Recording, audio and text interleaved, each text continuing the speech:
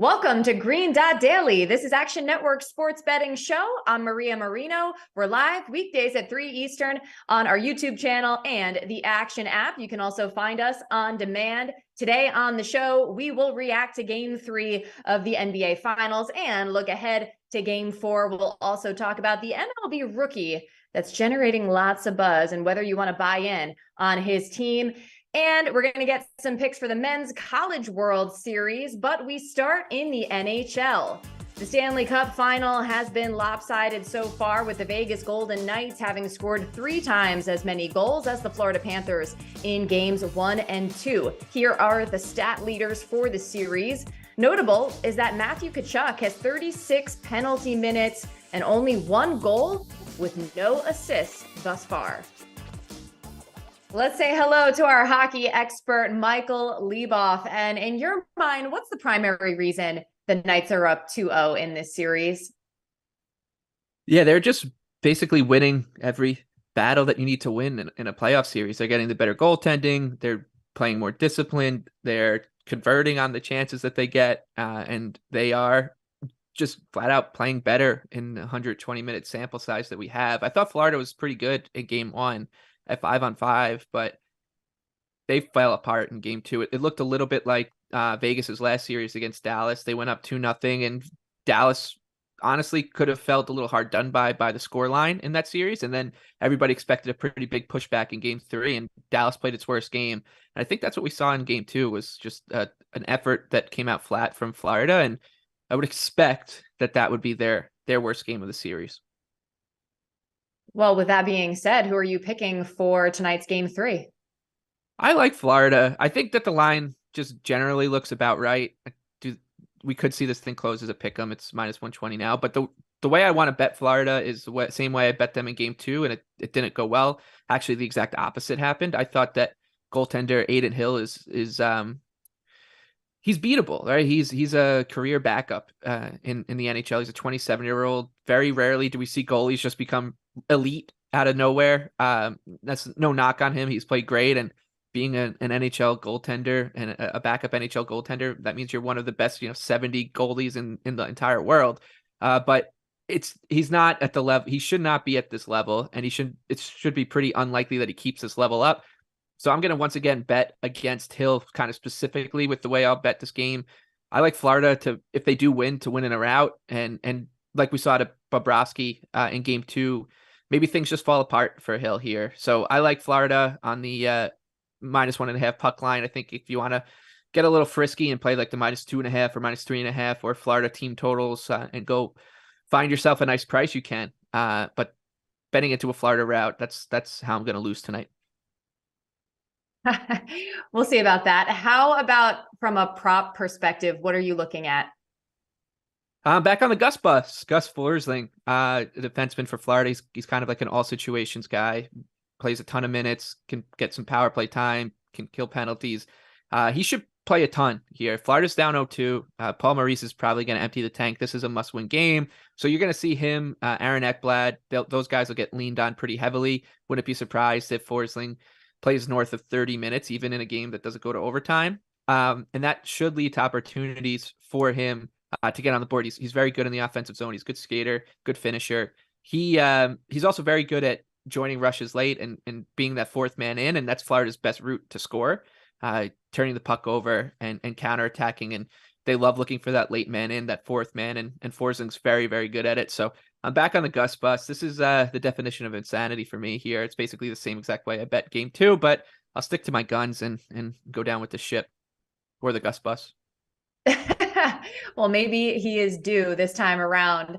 Puck drops at 8 Eastern tonight. Michael Leboff, good luck, and thanks for joining us.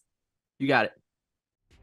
To the NBA, 30-point triple-doubles from Jamal Murray and Nikola Jokic were too much for the Heat last night. Jimmy Butler and Bam Adebayo scored 28 and 22 respectively. And while Bam grabbed 17 boards, Game 3 had the biggest rebounding disparity of the series so far in favor of the Nuggets. With that, we bring in Action Network writer Brandon Anderson. What was the biggest surprise for you in terms of how Game 3 played out? Yeah, I thought Denver decided to finally just play some heat ball. I think they met Miami where they were at in Miami physically, but just the way the Heat have played the game. They finally stopped complaining a little bit about the officiating. It was a very uneven whistle both directions, and they just started winning physically. They took the game inside the arc. They won the game inside the three-point line. And I think they kind of turned the faucet off for all those undrafted Heat culture guys that we've been hearing so much about. Gabe Vincent and Max Strus went 3 of 17. Really, outside of Bam and Butler, nobody on Miami showed up. Caleb Martin had that 8-point stretch in 1 minute. That's as many points as he's had the whole rest of the series combined. So this was a game where Denver said, oh, okay, you want to do this 2-star thing? Well, let's go 2-on-2 then. Let's do our stars and your stars. And Denver stars were just a lot better. Jokic and Murray, first teammates with the finals triple-doubles. First teammates in history in any game with 30-point triple-doubles. Granted, Murray, I think, got his with like 5 seconds left in a blowout, but that's all right. Still counts. Everything still counts. And of course, Maria, the most important stat of the night, the Denver Nuggets are now 2-0 when I heat nuggets for dinner during the game. So sorry to Coach Malone for game 2. I'll stay on it for game 4. Oh my goodness. Heat up those chicken nuggets. Although, heating up the nuggets, I guess it could go either way. I was just going to say though, Jamal Murray, just looked like a man on a mission from the moment the ball was tipped, really set the tone. And then Denver just completely upped their defensive intensity. And like you said, would not let some of those role players for Miami beat them. The series continues on Friday. Denver is laying the points. What are your thoughts on how to bet game 4? Yeah, I think you're right with Murray really getting going again in this game. Jokic is going to win MVP, rightfully so, if Denver goes on to win the finals. It's Nikola Jokic. This is how it's going to go. But Jamal Murray, I think, has really been, in a weird way, the story of the playoffs. His second stardom for Denver, I think, has been, I guess, the surprise in many ways. We already knew Nikola Jokic was going to do the 30-point triple-doubles. He's had, I think, now 5 of those in the playoffs. I believe he's had something like 11 out of the 15 triple-doubles. We knew we were going to get this from him. For Murray to be going out and doing this each night is, I think, the big swing factor for Denver. I like Denver in game 4. I think that I'm going to go with the Denver team total over 106.5 points. That's just a really low number, right? For these Nuggets, for this offense, that's a low number. I know the pace has been really slow, but it can hardly get slower, right? It can only speed up. I like this path because we can win with a win or a loss. Denver is actually over the 106.5 all 4 of their losses in the playoffs so far. They're actually over this 16 out of 18 playoff games, so 89% hit rate. And I know the other games mostly have been faster than this series, but still hard to argue with that outcome. So yeah, I think it's a good spot for Denver to get some points. It's a good point you bring up about the rest, because I think between game 1 and game 2, the days off really helped not only Miami to prepare and get right, but it sort of killed that Denver momentum. Now they're going to, try to keep riding that momentum. But look, the Heat are not going to contain Jokic. The key for them is going to be what you said, trying to contain Murray. But this number is on the low side. All right, we're gonna switch gears a little bit here. I know you're a resident Vikings fan, so I wanted to address some NFL news. You're obviously an NFL expert as well. I should probably add some credibility to that title. So some news, reportedly the Vikings are releasing Dalvin Cook. What's your take on that? Yeah, I mean, it's a bummer. It's a bummer to see Cook go. He's an electric runner. He's been a lot of fun to watch. But Vikings fans kind of knew this was coming. This is sort of the soft rebuild that's happening. Cook is gone now. Adam Thielen, Eric Kendricks, and Zadarius Smith from the defense. Guys other than Smith who have been here for a long time for this core of the team. This is just kind of direction the team had to go. Minnesota had a great year, 13-4. We all knew that was not a 13-win team, right? Even Minnesota fans could honestly say, okay, this is like a 500 team that every metric in the world was saying was way outperforming. So it hurts as a Vikings fan. It hurts in the short term, but it saves the team $9 million in cap room. That's the business of the NFL these days. And I think it's the right move, big picture. It's management being honest with who are we? We're not a 13-win team. It'd be easy to look at that and say, well, let's just go all in again. One more run, get another guy, go for the Super Bowl. This was not a team that was like on the cusp of the Super Bowl. So I think it's the right move. Alexander Madison will get his turn at running back. Jordan Addison at receiver, the rookie. It's time to kind of turn the corner. My take as a Vikings fan, throughout my life, we have always had somehow a blessing and a curse. There's always one super awesome running back or receiver. We had Adrian Peterson. We had Chris Carter for a while. And then when he was turning, we had Randy Moss. As soon as the new guy comes, seems like the old guy goes away. Justin Jefferson season in Minnesota. Dalvin Cook had to go. We only get one. We only get one of them. So it's Jefferson season now. And I can only say, with all the guys moving on and team turning the corner, I can only hope Kirk Cousins is next. Ouch. It's too bad they didn't have more success with Cook. I always feel like it's the running backs that end up being the ones to suffer when you're like trying to save, salary cap space and all that. It's part of the nature of the league there. But listen, always fun to talk hoops with you. And for more, make sure you check out the latest Buckets podcast. I heard the crew went 3-1 on their best bets for game 3 of the finals. Not too shabby. Brandon Anderson, thank you for joining the show. Thanks for having me on. Green Dot Daily is presented by BetMGM. Use bonus code ACTION when signing up to get up to $1,000 paid back in bonus bets if you don't win your first bet. Terms and conditions apply. Gambling problem? Call 1-800-GAMBLER. To baseball, Reds rookie Elly De La Cruz has made a splash. His preseason odds to be NL Rookie of the Year were at plus 1,500, then plus 2,200 on May 31st. When he was called up 2 days ago, he was back down to plus 1,800, but now is at plus 350. As we welcome in our MLB expert, Anthony Dabbundo, how do you feel the market is shaping up for De La Cruz and the Reds as a whole? Look, I think I was on the show last week when I said I liked the Reds at 30-1 to win the division. That had more to do kind of with the state of the division being relatively weak at the top, with Milwaukee and Pittsburgh kind of being vulnerable favorites in first and second place currently. But now the market's gotten a little out of hand on Elly De La Cruz here. I mean, all the hype is going toward Elly, and look, it's fun. The profile is amazing. He's fast. He hits the ball really hard. He hits the ball very far. Like, the tools and the skills that he's put on display as a 21-year-old in Major League Baseball in his first 2 games is impressive, but he's not without his flaws. And I think we need to remember that when you're going to see a ton of one-way action in the market, everybody wants to bet Elly to homer. Everybody wants to bet Elly, to do well. And we want to root for this guy. And it's been an electric factory in Cincinnati with 2 straight walk-off wins. They lose today, but there also is the swing and miss in the profile. He struck out 30% in double and in early parts of AAA this year. Now, he did show signs of starting to cut that strikeout rate in AAA, which is, I think, very encouraging.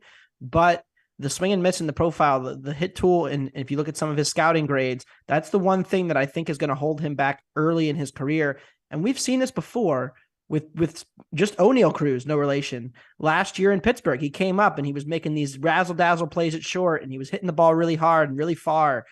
Well, what happened with O'Neal is that his strikeout rates were near 40% for the first couple months of his time in the majors. And so he had the occasional home run and definitely flashed the skills. We all saw it, but it took him a while to adjust to major league stuff and major league pitching and to figure out, that hit tool problem. And I think Elly's headed in that similar direction. And I actually think there's going to be value betting against him. I know I bet his under a half total bases today. I lost. He had an infield single and 3 strikeouts, but I think the strikeouts are going to be a real issue for him early in the career. 6 strikeouts now in his first 11 at-bats in the big leagues. So certainly going to be an issue. And I don't really like him in the Rookie of the Year market because Corbin Carroll has been one of the best players, not just amongst rookies, but in the league. He's top 10 in baseball in WAR. He's having a historically good rookie season. Homers, steals. The profile is really impressive. Great defense. So I think Carroll, unless he gets hurt, runs away with Rookie of the Year. I don't really see value, especially now at this number, in backing De La Cruz to win Rookie of the Year. even if he may help the Reds, and the Reds may be competitive as a team in that division. Putting a little bit of a damper on the De I La know. Cruz hype, but I'm glad you took accountability for the fact that you lost your bet against him today. That doesn't mean there's not future value on betting against him, as you said. But let's move on to today's slate and what you have in mind as far as picks. I understand it's going to be Yankees White Sox related, and I wasn't sure we were going to get this in because yesterday, obviously, their game was postponed due to air quality and is being made up today as part of a doubleheader. Yeah, I guess yesterday was unsafe to play one game, but it's safer today. They've upgraded the New York City weather to unhealthy, so that's good now. We're back in the unhealthy range.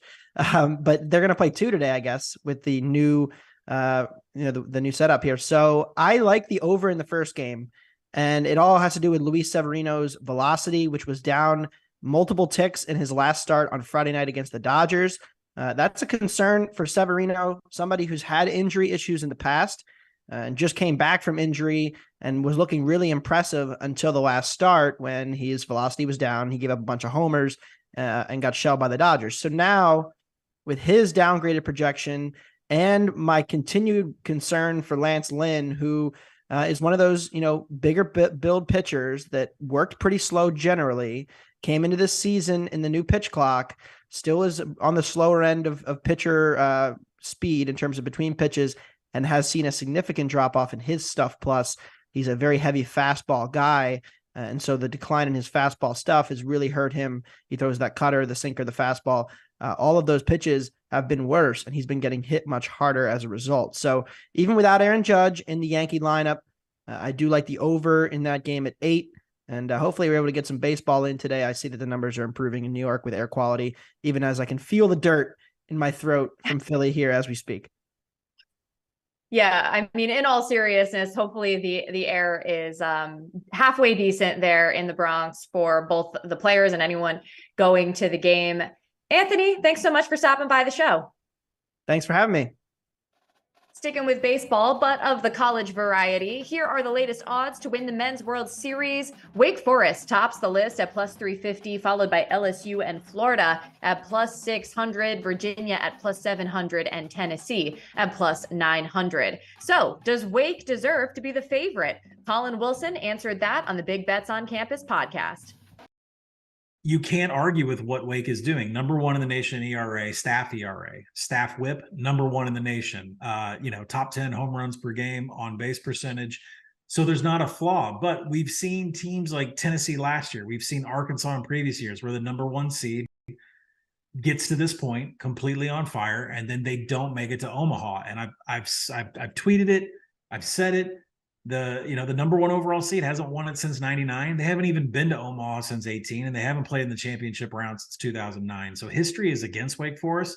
The stats, the numbers, and the projected odds are absolutely in favor of Wake Forest. So I'm not fading them. And our Action Network senior writer, Collin Wilson, joins me now. So college baseball obviously heating up with the Supers this weekend. If someone is looking to bet and get involved, what is one thing they should know about betting on this sport? Yeah, if you're going to bet on college baseball, the biggest thing to pay attention to is ace starters and bullpen usage. For instance, LSU has Paul Skins. He's going to be pitching in MLB later this year, but not before he dominates Friday nights all spring, all summer. He's going to pitch in the very first game against Kentucky. So when you're betting college baseball, you don't want to fade these aces that are going to be pitching in MLB pretty soon. And then again, you want to look at game 3 of these Super Series, which teams have burned their ace, burned their bullpen, because those are automatic overs in game 3. Well, as you just talked about, number one seeds don't have, the best track record as far as winning the College World Series. So is there a title feature that you do like? Yeah, I think everybody would like Wake to fall so we can get some odds, because you can't get Alabama odds thanks to the scandal. But if there are some dogs out there that you want, TCU, I'm not sure we can consider them an underdog anymore. Everybody seems to have a ticket in their back pocket after they smoked Fayetteville and smoked Arkansas in the Fayetteville region. Now they're going to get paired up. They get a home game home set with Indiana State. Indiana State was supposed to host this series, but they have to travel to Fort Worth because of some Special Olympics that are going on in Terre Haute. So TCU gets home field advantage. And then if they make it to Omaha, they're going to go up against the softest schedule, ORU or Oregon. Then they're going to have Virginia, Duke, all the big boys, the heavies, Wake Forest, LSU, Texas, Tennessee. They're on the other side of the bracket. TCU wouldn't even seed until the championship weekend. So 13-1, 14-1 on TCU, absolutely the way to go. It's a pretty easy path for them. All right. How about a team specifically to win their regional and advance to Omaha? Do you have a pick there? Yeah, Oral Roberts all the way. They're completely mispriced in the market right now against Oregon. They're traveling up to Eugene to take on the Ducks, and people are just flocking to the Ducks right now because they're the home team. They're a Pac-12 team. This is Oral Roberts. They're a religious school in South Tulsa that nobody pays attention to. But what you don't realize is they went to Stillwater and blew out Oklahoma State, beat Washington, had no problems with Dallas Baptist, and they have an RPI and strength of schedule. It's one of the best in the nation. All three of their starting pitchers this weekend are -180 to -200 based on base runs, FIP, xFIP, ERA.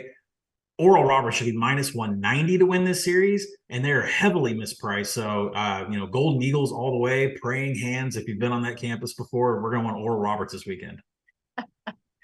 That's a great tip, and probably some basketball fans will be, an easy sell for them to bet on Oral Roberts. And Collin Wilson, just want to thank you for coming on the show and breaking this down, and also remind folks that you will have an article every day this weekend with picks and projections for individual games across super regionals that can be found in the Action app. Thanks again. Thank you.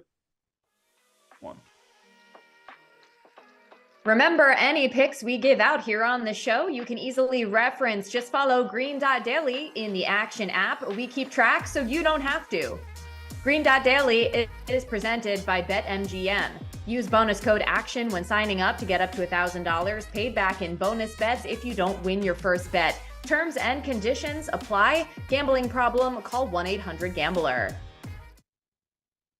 That's all for this episode of Green Dot Daily. I'm Maria Marino. Thanks so much for watching, and I'll see you again Friday to close out the week at 3 Eastern on our YouTube channel and the Action app.